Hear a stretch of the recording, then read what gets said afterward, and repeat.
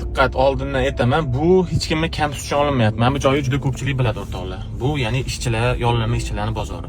Hozir bitta mashina kelsa 10 ta 15 talar opa-singillarimiz, aka-ukalarimiz yugurib borishyapti, ishtalashyapti. Bu video ayrim hozir vaqtini behuda sarflayotgan bolalarga, qizlarga, farzandini taqdiriga befarq bo'lib turgan ota-onalarga bag'ishlanadi. Hurmatli ukalarim, singillarim, yoshliginglarni qadriga yetinglar.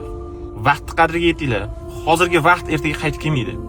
Hozir siz o'zingiz ustingizda ishlab o'qimasangiz yoki nimadir hunar egasi bo'lmasangiz, kelajakda mana shunaqa holatga tushib qolishingiz mumkin. Yosh ukalarim, o'zim o'g'il bola bo'lganim uchun, erkak kishi bo'lganim uchun o'g'il bolalarga aytmoqchiman. Kelajakda ayolingiz uchun haqiqiy er, haqiqiy qo'rg'on, farzandlaringiz uchun haqiqiy ota, ota-onangiz uchun haqiqiy o'g'il farzand bo'lishni xohlasangiz, hozir vaqtingiz qadriga yeting.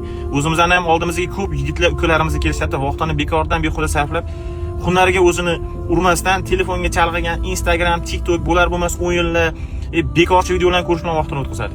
Jon ukalar, yoshlik qaytib kelmaydi.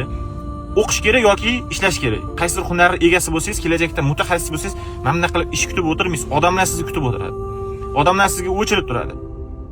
Shuning uchun yoshliginglarni qadriga yetinglar. Hurmatli ota-onalar, farzandingiz taqdiriga befarq bo'lmang. Hali bolam yosh, keyin o'qiydi, keyin ishlaydi demasdan, yoshligida yo'nalish berib, nimadirga qiziqsa o'sha yo'nalish bo'yicha harakat qilinglar, yo o'qitinglar yoki hunarga beringlar. Chunki vaqt qaytib kelmaydi. Mana shu insonlar bilan ham ko'pi bilan gaplashsangiz, men o'sha yoshim katta bo'lib qoldi. Men agar yosh bo'lganimda o'qirdim yoki qaysidir sohani mutaxassis bo'lardim yoki qaysidir hunar egasi bo'lardim deb afsuslanishadi. Lekin yoshlari katta bo'lib qolgani uchun bu kechligini o'zlari ham bilishadi.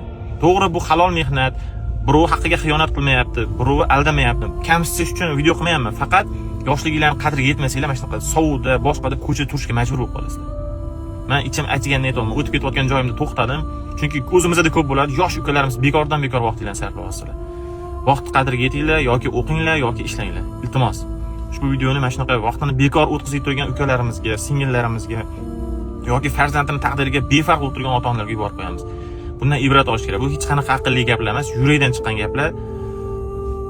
Vaqtinglarni qadriga yetinglar. Vaqt qaytib kelmaydigan narsa. Iltimos.